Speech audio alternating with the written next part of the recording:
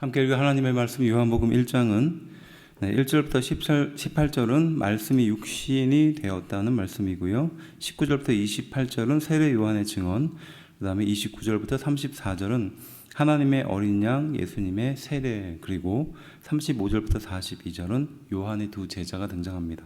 그리고 마지막으로 43절부터 51절은 빌립과 나다나엘을 부르시는 장면이 등장합니다. 먼저 1절은요. 태초에 말씀이 계시니라 라고 말하는데, 이는 창세기 1장 1절과 비교될 수 있는 말씀입니다. 천지 창조 전에 예수님이 존재했음을 증거하는 겁니다. 여기서 말씀은 로고스를 말합니다. 이것은 헬라 철학에서의 이성과 같은 말이죠. 그리고 말씀이 하나님과 함께 계셨다라는 말은 성부 하나님과 성자 하나님이 함께 계셨다라는 뜻입니다. 그리고 이 말씀은 곧 하나님이시니라 라고 말합니다. 곧 말씀과 하나님을 동일하신 분이라고 여겼습니다. 예수님의 신성에 대해서 말하고 있죠. 그리고 요한의 기독론에 대해서 말하고 있는 겁니다. 지은 것이 하나도 그가 없이는 된 것이 없느니라 라는 말씀은요, 만물을 지으신 하나님이며 또 이를 통해 반복을 통한 강조법을 볼 수 있습니다. 이것은 히브리 문학의 문학적인 기교 중에 하나죠. 그래서 어떤 것을 강조해서 더 의미를 부각시키기 위해서 두 번 연속으로 반복해가지고 사용하는 말이었던 겁니다.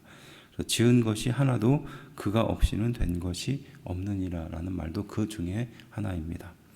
4절에 생명은 사람들의 빛이다 라고 말합니다. 이것은 곧 예수 그리스도를 지칭하는 말이고요. 5절에 빛이 어둠에 비추되 라고 말하는데, 이 말씀은 빛이 어둠 안에서 비추고 있다. 이 말은 곧 죄악된 세상에 예수님이 오셨다라는 뜻입니다. 그리고 어둠이 깨닫지 못한다라는 말씀은요, 죄와 불신앙으로 어두워진 인류, 그들의 상태를 말하는 것입니다. 그리고 8절은 그는 이 빛이 아니요 이 빛에 대하여 증거하러 온 자라라고 말하는 것은 세례 요한의 사명에 대해서 스스로가 그 한계를 명확하게 밝히고 있다는 말씀입니다. 11절 예수님이 세상에 오신 것은 자기 백성을 위한 것이었다라는 말은요, 자기 땅에 오매 자기 백성이라는 말이 바로 그런 의미입니다. 12절에 믿는 자들에게는 이라는 말씀은요, 예수 그리스도를 영접할 뿐만 아니라 끊임없이 삶 속에서 인정하는 믿음을 말하는 겁니다. 그 믿음의 지속성에 대해서 교훈하고 있는 것이죠. 13절에 혈통은 유대인의 혈통을 지칭하는 것입니다. 그리고 육정은요, 인간의 전반적인 본능을 말하는 겁니다. 욕심이나 정욕, 기타 여러 가지 것들이겠죠. 그래서 구원은 혈통이나 사람의 뜻이 아니라 하나님의 은혜로 예수님을 영접하고 자녀된 자들만 가질 수 있는 것이다 라는 것이죠. 14절 말씀이 육신이 되어 라는 말씀은요, 예수님의 인성에 대해서 말하는 겁니다. 그리고 이것은 기독론이고요, 핵심 구절이기도 합니다. 1절과 비교할 수 있는 구절이기도 하죠. 15절은 은혜와 진리가 충만했다라고 말하는데, 이 은혜와 진리라는 이 단어가 하나님의 속성에 대한 구약적인 서술이죠. 출애굽기 30장 6절과 시편 25편 10절에도 등장합니다. 그래서 그것을 예수님께 적용해서 그리스도의 신성을 보여주고 그것을 계속해서 반복해서 사용합니다.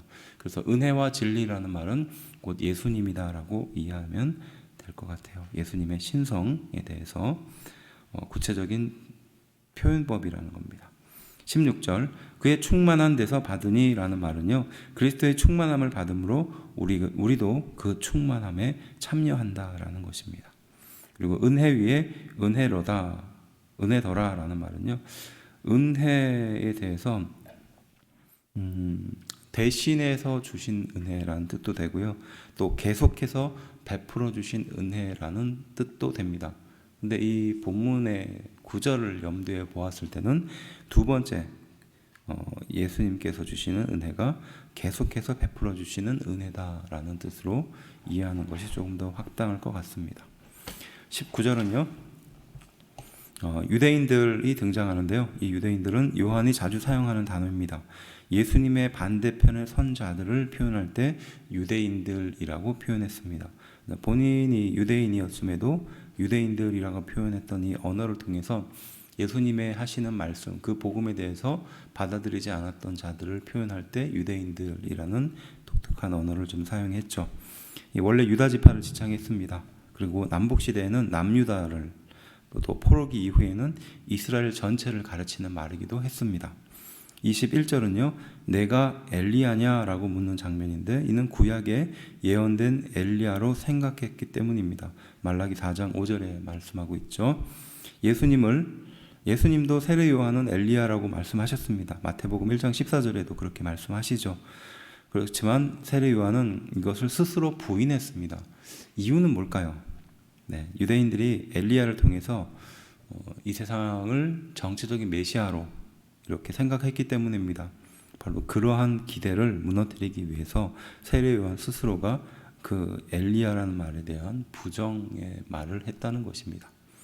27절 신들께라고 말하는데 세례 요한은 자신을 비천한 종으로 반대로 예수님을 높이고자 했을 때 이 말을 사용했던 겁니다.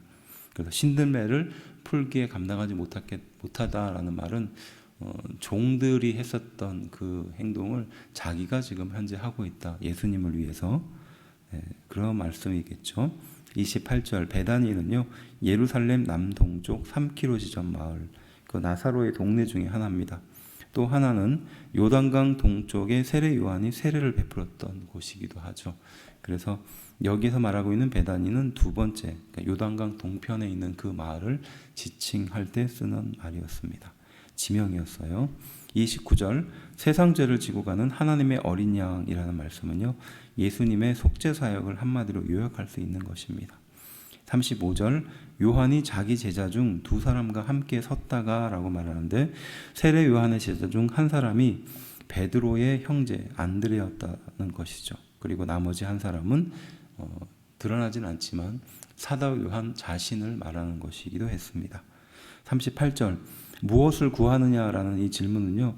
왜 따라오느냐고 묻지 않고 그 제자들의 중심을 알고 있었던 예수님의 언어이기도 했습니다. 진리를 구하고 있었던 그들에게 무엇을 구하고 있느냐라고 예수님께서 물었던 거죠. 39절에 제10시쯤이라고 말하는데요. 이는 유대 시간의 오후 4시고 로마 시간의 오전 10시입니다. 그런데 유대 시간의 오후 4시이기보다는 시간적으로 봤을 때 로마 시간의 오전 10시로 볼 수 있습니다. 그리고 요한복음이 로마 사람들의 그 평균적인 그 시간관을 기준으로 쓰여졌기 때문에 또한 오전 10시로 보는 것이 합당합니다. 에베소에 있는 헬라인들을 위해서 기록했으니까요. 41절에 안드레가 베드로를 초청하는 장면이죠. 우리가 메시아를 만났다라고 전합니다. 그리고 그리스도라는 이름은 기름을 붓고 또 기름을 바르다라는 의미입니다.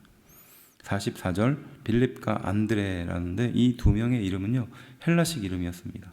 그리고 제자들 중에서 이 두 명만 유일하게 헬라식 이름을 갖고 있었습니다. 45절은요 나다나엘이 등장하는데 마태복음 10장 2절부터 4절에서 말씀하는 바돌로메와 동일인으로 추측할 수 있습니다. 46절 그러니까 곧 나다나엘은 예수님의 제자였겠죠. 46절 나사렛에서 무슨 선한 것이 날 수 있겠느냐라는 이 말을 했는데요.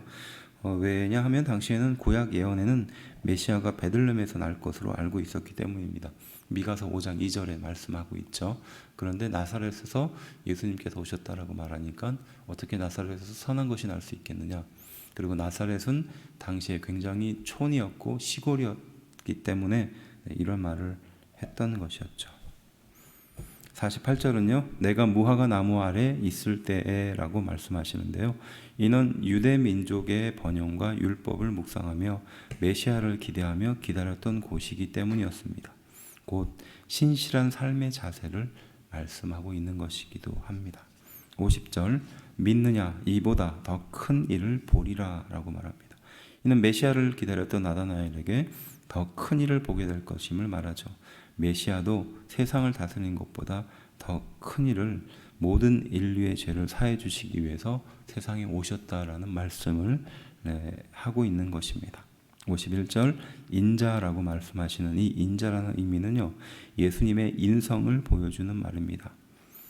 그리고 두 번째는 예수님이 하나님으로부터 비롯되었다. 곧 메시아로 세상에 사역을 하기 위해서 오셨으며 이는 그리스도의 신성을 보여주는 말이기도 합니다.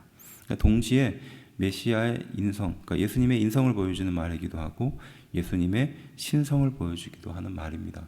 그런데 특별히 이 요한복음에 사용되는 언어는 예수님의 신성을 보여주기 위한 말이었다는 것입니다. 그래서 앞서 보았던 누가복음과는 좀 차별점이 있죠.